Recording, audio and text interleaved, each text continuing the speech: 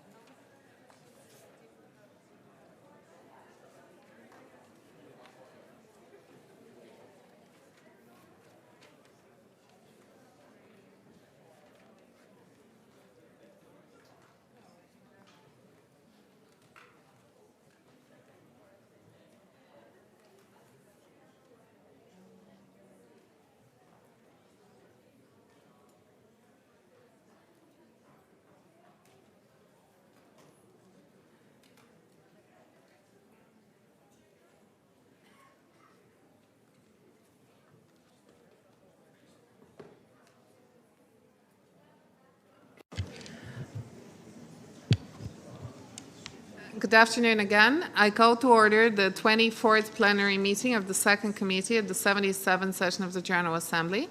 Before proceeding further, I would like to remind members that all delegates are strongly encouraged to wear a face covering at all times in the conference rooms except when directly addressing the meeting. Colleagues, this afternoon the committee will take action on 3 draft resolutions before it under agenda item 18. The documentation for this meeting is listed in today's journal.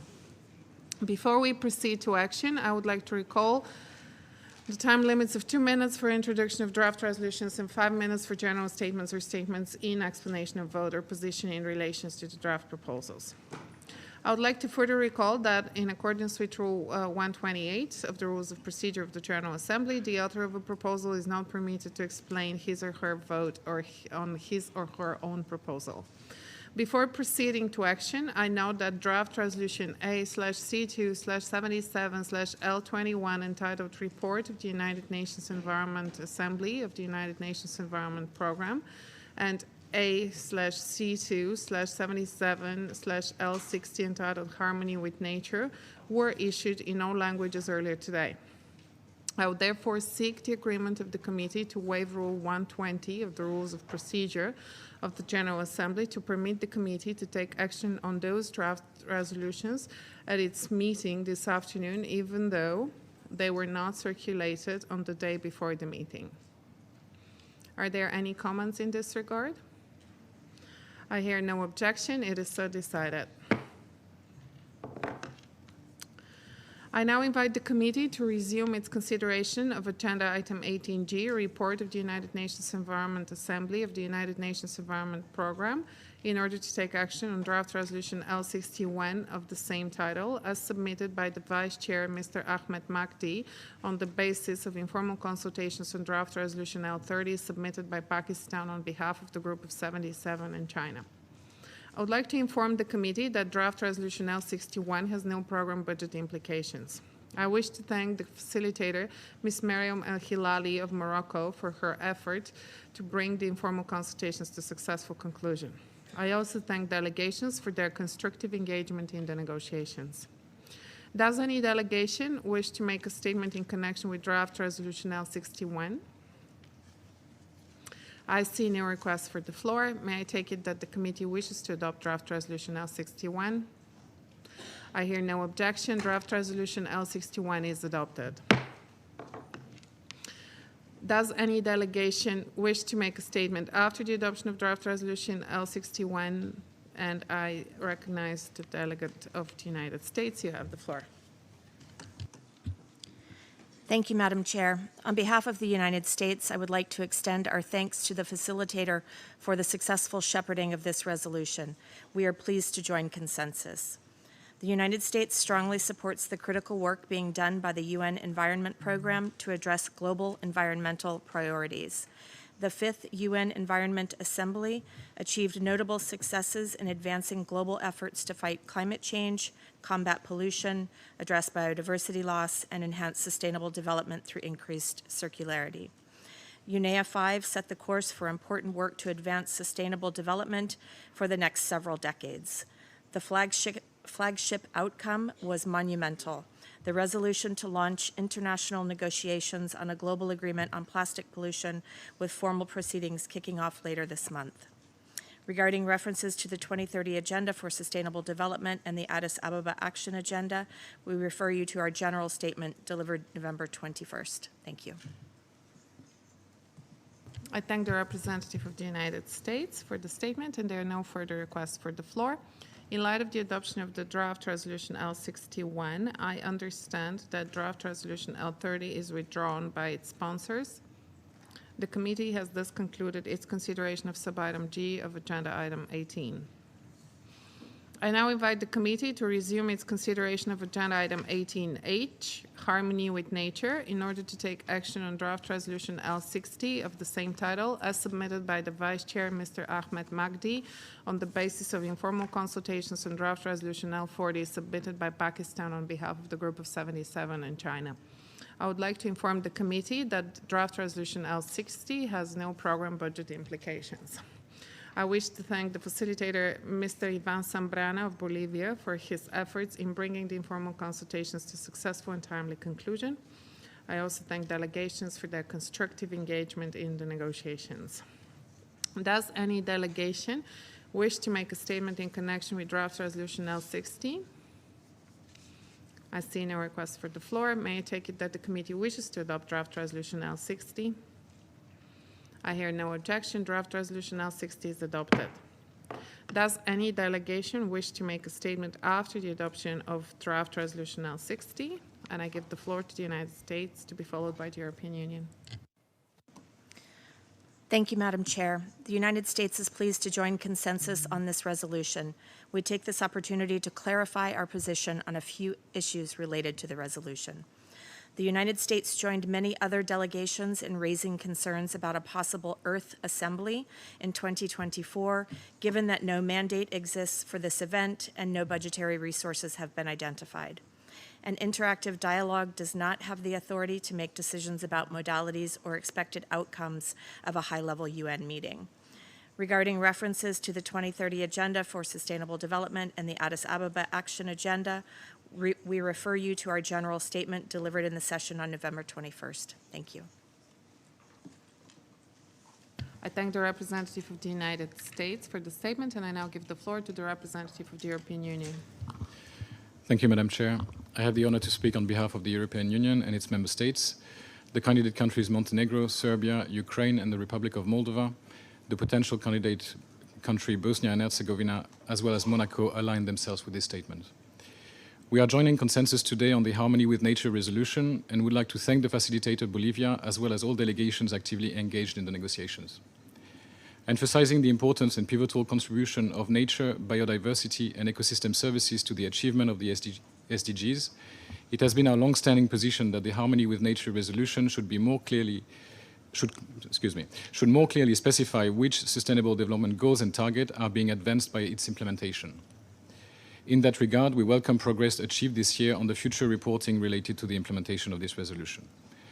Coming after the adoption of the UNEA resolution on nature-based solutions, we regret that the paragraph agreed in previous iterations of this resolution on the role of nature-based solutions in climate change mitigation and adaptation was deleted in the zero draft and became a contentious issue during the negotiations. However, in the spirit of consensus, we accepted the compromise language. As we aim to further revitalize the work of the second committee, we had also wished to see increased periodicity in this resolution. The European Union values the United Nations as a forum that allows member states and stakeholders to discuss the most pressing issues that we face at the global level. In the spirit of revitalization, we would urge all delegations to fully consider the relevance of any new high-level meeting that may stem from the Harmony with Nature resolution. We will welcome future cooperation in this regard. I thank you. I thank the representative of the European Union for the statement, and there are no further requests for the floor. In light of the adoption of draft resolution L60, I understand that draft resolution L40 is withdrawn by its sponsors. The committee has thus concluded its consideration of sub-item H of agenda item 18. I now invite the committee to resume its consideration of agenda item 18I, ensuring access to affordable, reliable, sustainable, and modern energy for all. in order to take action on draft resolution L70 of the same title as submitted by the Vice Chair, Mr. Ahmed Magdi, on the basis of informal consultations on draft resolution L41 submitted by Pakistan on behalf of the Group of 77 in China.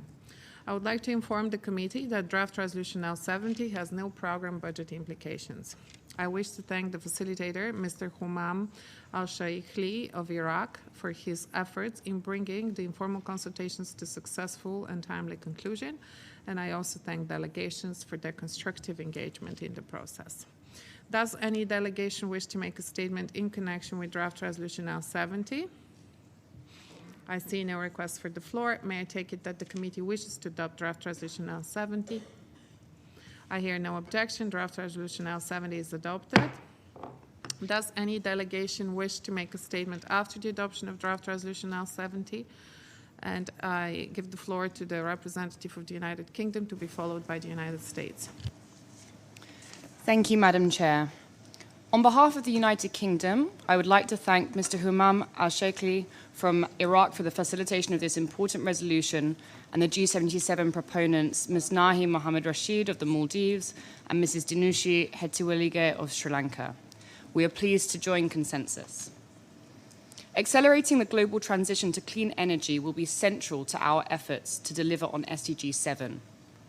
As such, we welcomed the focus in this resolution on the need to move away from fossil fuels, including through phasing out fossil fuel subsidies and harnessing clean energy resources and technologies that avoid, abate, and remove greenhouse gas emissions.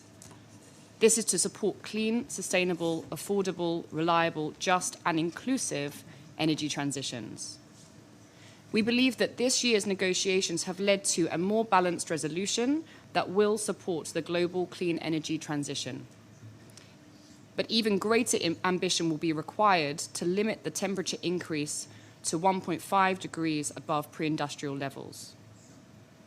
We would like to emphasize the importance of maintaining ambition on key commitments made at COP26 in Glasgow and at COP27 in Sharm el-Sheikh, as well as other COPs, including accelerating efforts towards the phase down of unabated coal power and revising NDC targets in line with the temperature goal.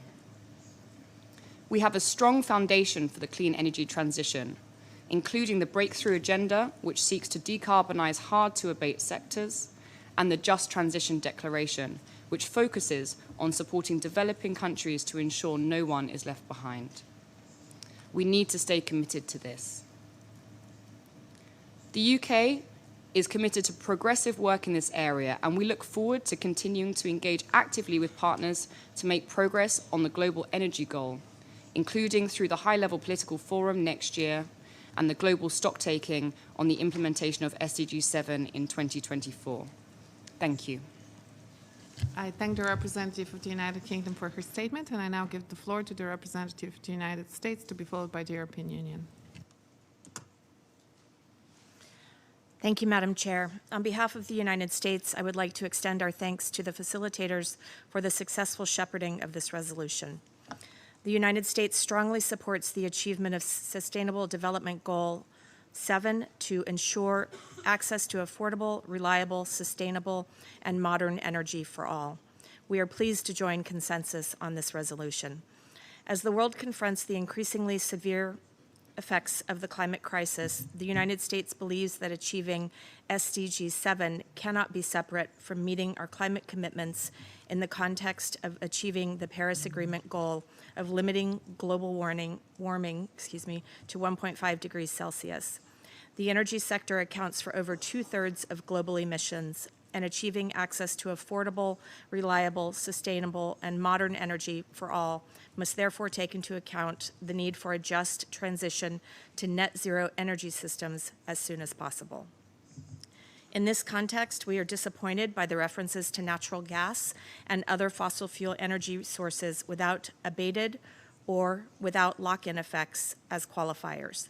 We do not favor a blanket exception for all natural gas as a viable long-term energy solution. We also reaffirm the call adopted by consensus at COP26 in Glasgow for all countries to accelerate efforts towards the phase down of unabated coal power and phase out of inefficient fossil fuel subsidies, while providing targeted support to the poorest and most vulnerable in line with national circumstances and recognizing the need for support towards a just transition. We note that the decline in financial flows mentioned in the text refers to data from 2018 and 2019 before the pandemic, while other sources show an increase of as much as 70% in financial flows for development to developing countries in 2021, the overwhelming majority of which were investments in renewable energy. We also do not support language in the text that highlights target SDG 7.A over all other targets. Finally, we were disappointed that this resolution fails to mention that Russia's deliberate attacks on civilian and energy infrastructure have undermined access to affordable, reliable, sustainable, and modern energy for all. Further prolongation of Russia's war against Ukraine will only lead to further backsliding on achievement of SDG 7 and all other SDGs. Regarding references to the 2030 Agenda for Sustainable Development, the Addis Ababa Action Agenda, and the transfer of technology, we refer you to our general statement delivered on November 21st. Thank you. I thank the representative of the United States for her statement, and I now give the floor to the representative of the European Union. Madam Chair, I have the honor to speak on behalf of the European Union and its member states. The candidate countries Montenegro, Serbia, Albania, Ukraine, and the Republic of Moldova, and the potential candidate countries Bosnia and Herzegovina and Georgia align themselves with this statement. While we would have liked a more ambitious outcome, the EU and its member states are joining consensus today on the energy resolution. We would like to thank the facilitator as well as all involved for their constructive engagement. The world is in the midst of a major global energy crisis, caused to a large extent by Russia's aggression against Ukraine, with countries worldwide experiencing record high and volatile energy prices. The energy crisis has devastating impacts on people, industries, and economies, most severely in the developing world, where hard-fought progress to achieve access to affordable, reliable, and modern energy is being reversed. This is deeply concerning, as access to energy is essential to achieving the 2030 Agenda, especially the goals of poverty eradication, but also health services, educational outcomes, and economic growth. The energy crisis also threatens to further derail our shared critical task to reduce greenhouse gases at the pace that is needed to avoid climate catastrophe. During the negotiations on this resolution, arguments have been made that energy and climate are unrelated issues. Yet the energy sector is by far the biggest source of global greenhouse gas emissions. The EU and its member states are deeply concerned that the energy resolution does not adequately reflect the indisputable link between energy and climate. We will not achieve the goals of the Paris Agreement without a full transition away from fossil fuels to renewable energy. This includes the gradual phase-out of natural gas. To meet the 1.5-degree temperature limit, global gas production needs to shrink 3% annually by 2030. The good news is that renewables are cheaper than newly built fossil fuel-fired options. Every dollar invested in renewables are cheaper than newly built fossil fuel-fired options. Every dollar invested in renewables creates 3 times more jobs than if invested in the fossil fuel industry. The current energy crisis is a fossil fuel crisis. A faster energy transition towards renewables would reduce vulnerability to energy price shocks, improve security of energy supply, and make countries more resilient to external political pressure. The EU and its member states therefore regret that its proposals regarding renewable energy were not taken on board.